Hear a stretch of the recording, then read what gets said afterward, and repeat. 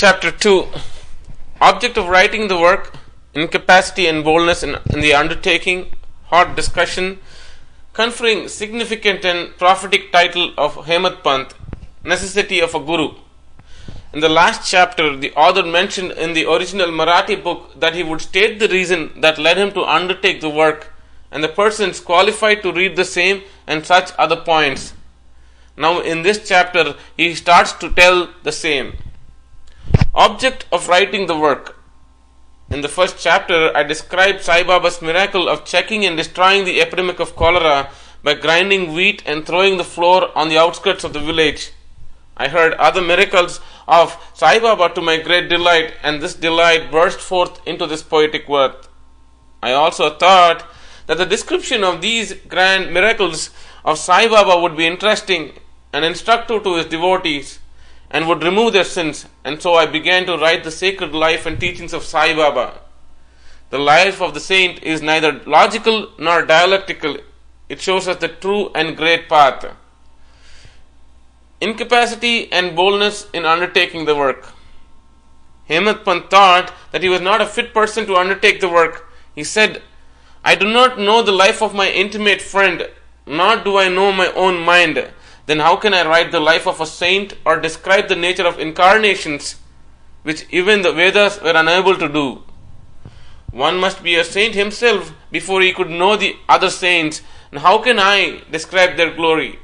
To write the life of a saint is the most difficult, though one may as well measure the depth of the water of 7 seas or enclose the sky with cloud trappings. I knew that this was the most venturous undertaking which might expose me to ridicule. I therefore invoked Sai Baba's grace. The premier poet saint of Maharashtra, Sri Jnaneshwar Maharaj, has stated that the Lord loves those who write the lives of saints, and the saints also have a peculiar method of their own of getting the service, which the devotees long for successfully accomplished. The saints inspired the work, the devotee becomes only an indirect cause or instrument to achieve the end. For instance, in 1700 Shaka year, the poet Mahipati aspired to write the lives of saints. Saints inspired him and got the work done. And so also in 1800 Shaka year, Dasganu's service was accepted. The former wrote 4 works, Bhakta Vijaya, Santa Vijaya, Bhakta Lilamrit and Santa Kathamrit, while the later wrote 2, Bhakta Lilamrit and Santa Kathamrit, in which the lives of modern saints were described.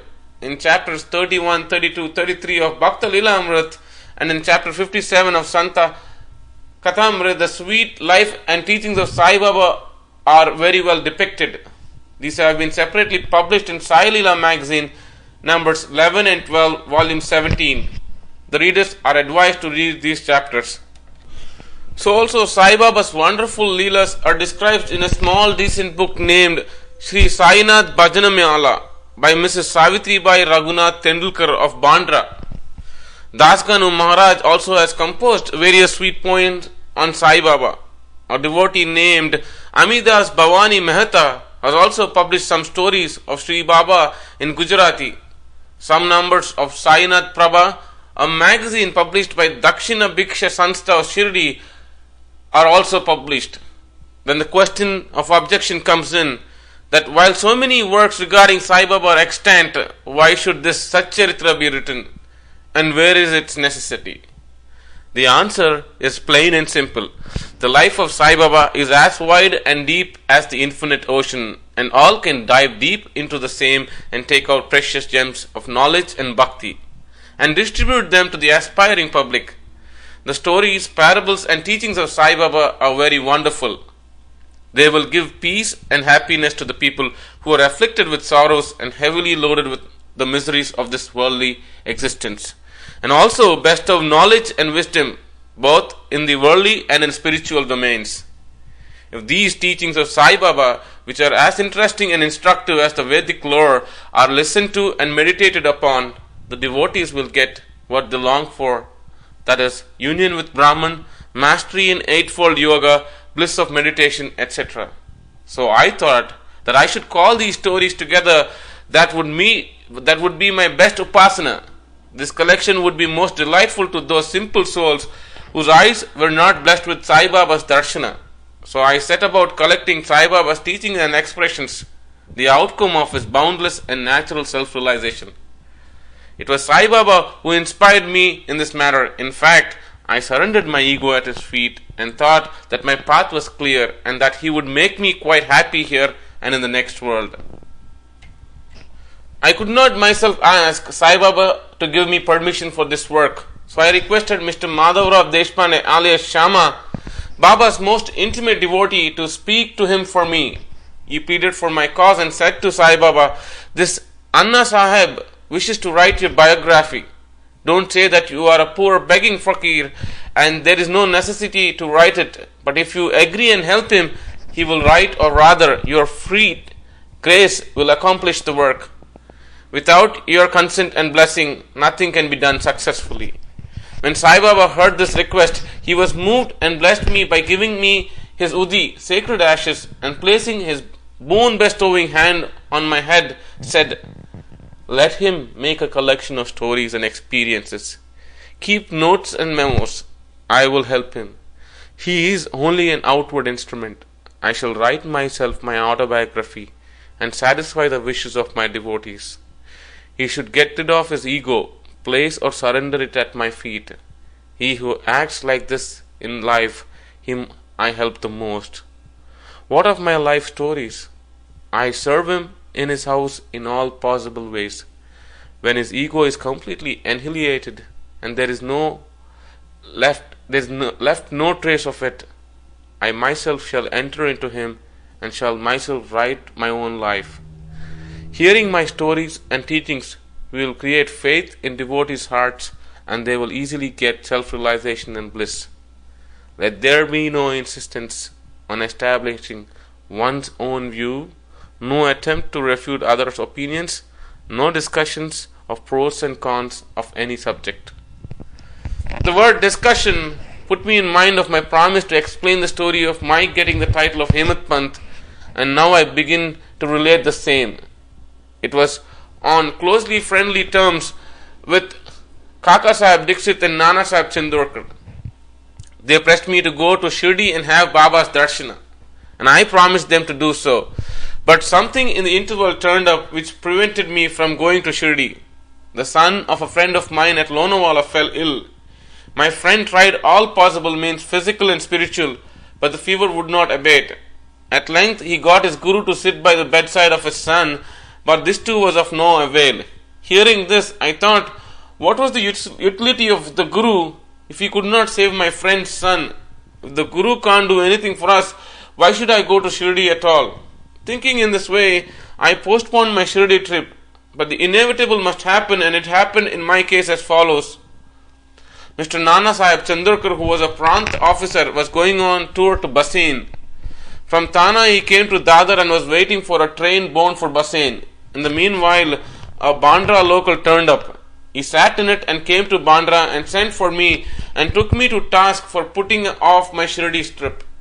Nana's argument for my Shirdi trip was convincing and delightful, and so I decided to start for Shirdi the same night. I packed up my baggage and started for Shirdi. I planned to go to Dadar and there to catch the train for Manmad, and so I booked myself for Dadar and sat in the train. While the train was to start, a Mohammedan came hastily to my compartment and, seeing all my paraphernalia, asked me where I was bound to. I told him my plan. He then suggested that I should straight go to Porbandar and not get down at Dadar, for the Manmad mail did not get down at Dadar at all. If this little miracle or Leela had not happened, I would not have reached Shirdi next day as settled, and many doubts would have assailed me. But that was not to be. As fortune favored me, I reached Shirdi the next day before 9 or 10 a.m. Mr. Babu Sahib, Kaka Dikshit, was waiting for me there. This was in 1910 AD, when there was only one place, that is Sate's Wada, for lodging pilgrim devotees. After alighting from the Tonga, I was anxious to have darshanam when the great devotee Tatya Sahib Nulkar returned from the masjid and said that Sai Baba was at the corner of the Wada and that I should first get the preliminary darshana and then after bath see him at leisure. Hearing this, I ran and prostrated before Baba, and then my joy knew no bounds. I found more than what Nana Chandorkar had told me. All my senses were satisfied, and I forgot thirst and hunger. The moment I touched Sai Baba's feet, I began a new lease of life. I felt myself much obliged to those who spurred and helped me to get the darshana, and I considered them as my real relatives, and I cannot repay their debt. I only remember them and prostrate mentally before them. The peculiarity of Sai Baba's darshana, as I found it, is that by his darshana our thoughts are changed, the force of previous actions is abated, and gradually non-attachment of dispassion towards worldly objects grows up. It is by the merit of actions in my past births that such darshana is got, and if only you see Sai Baba, really all the world becomes or assumes the form of Sai Baba. Hot discussion. On the first day of my arrival in Shirdi, there was a discussion between me and Bala Sahib Bate regarding the necessity of a guru. I contended, why should we lose our freedom and submit to others when we have to do our duty? Why a guru is necessary? One must try his best and save himself. What can the guru do to a man who does nothing but sleeps indolently? Thus I pleaded free will, while Mr. Bate took up the other side, that is destiny, and said, whatever is bound to happen must happen. Even great men have failed. Man proposes one way, but God disposes the other way. Brush aside your cleverness, pride or egoism won't help you. This discussion, with all its pros and cons, went on for an hour or so, and as usual, no decision was arrived at. We had to stop the discussion ultimately as we were exhausted. The net result of this was that I lost my peace of mind and found that unless there is strong body consciousness and egoism, there would be no discussion. In other words, it is egoism which breeds discussion. Then when we went to the masjid with others, Baba asked Kaka Sahib Dixit the following: what was going on in Sateswada? What was the discussion about? And staring at me, Baba further added, what did this Hemat Pant say? Hearing these words, I was much surprised. The masjid was at a considerable distance from Sateswada, where I was staying and where the discussion was going on. How could Baba know our discussion unless he is omniscient and inner ruler of us all? Significant and prophetic title. I began to think why Sai Baba should call me by the name Hemat Pant. This word is a corrupt form of Hemadri Pant.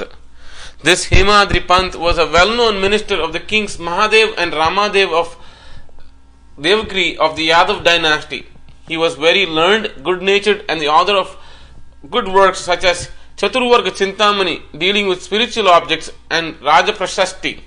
He invented and started new methods of account and was the originator of the Modi, Marathi shorthand script. But I was quite the opposite, an ignoramus and of dull, mediocre intellect. So I could not understand why the name or title was conferred upon me. But thinking seriously upon it, I thought that the title was a dart to destroy my ego, so that I should always remain meek and humble. It was also a compliment paid for me for the cleverness in the discussion. Looking to the future history, we think that Baba's word, calling Mr. Dabolkar by the name Hemat Pant, was significant and prophetic, as we find that he looked after the management of Sai Sansthan very intelligently, kept nicely all the accounts, and was also the author of such a good work, Sai Sathcharithra, which deals with such important and spiritual objects such as jnana, bhakti and dispassion, self-surrender and self-realization. About the necessity of a guru. Hemat Pant has left no note, no memo about what Baba said regarding this subject, but Kaka Sahib Dixit has published his notes regarding this matter. Next day, after Hemat Pant's meeting with Sai Baba, Kaka Sahib went to Baba and asked whether he should leave Shirdi. Baba said, yes. Then someone asked, Baba, where to go? Baba then said, high up.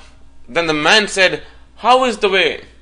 Baba said, there are many ways leading there. There is one way also from here, Shirdi. The way is difficult. There are tigers and wolves in the jungles on the way. I, Kaka Sahib, asked, but Baba, what if we take a guide with us?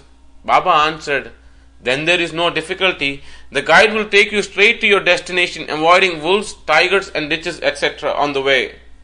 If there be no guide, there is the danger of your being lost in the jungles or falling into ditches." Mr. Dabolkar was present on this occasion, and he thought that this was the answer Baba gave to the question whether Guru was a necessity, and he thereupon took the hint that no discussion of the problem whether man is free or bound is of any use in spiritual matters, but that on the contrary, real Paramartha is possible only as a result of the teachings of the Guru, as is illustrated in this chapter of the original work in the instances of great avatars like Rama and Krishna, who had to submit themselves to their Gurus Vasishtha and Sandipani respectively, for getting self-realization, and that the only virtues necessary for such progress are faith and patience. Shri Sai Sathcharithra-Chapter-2, 191-92. Bow to Shri Sai, peace be to all.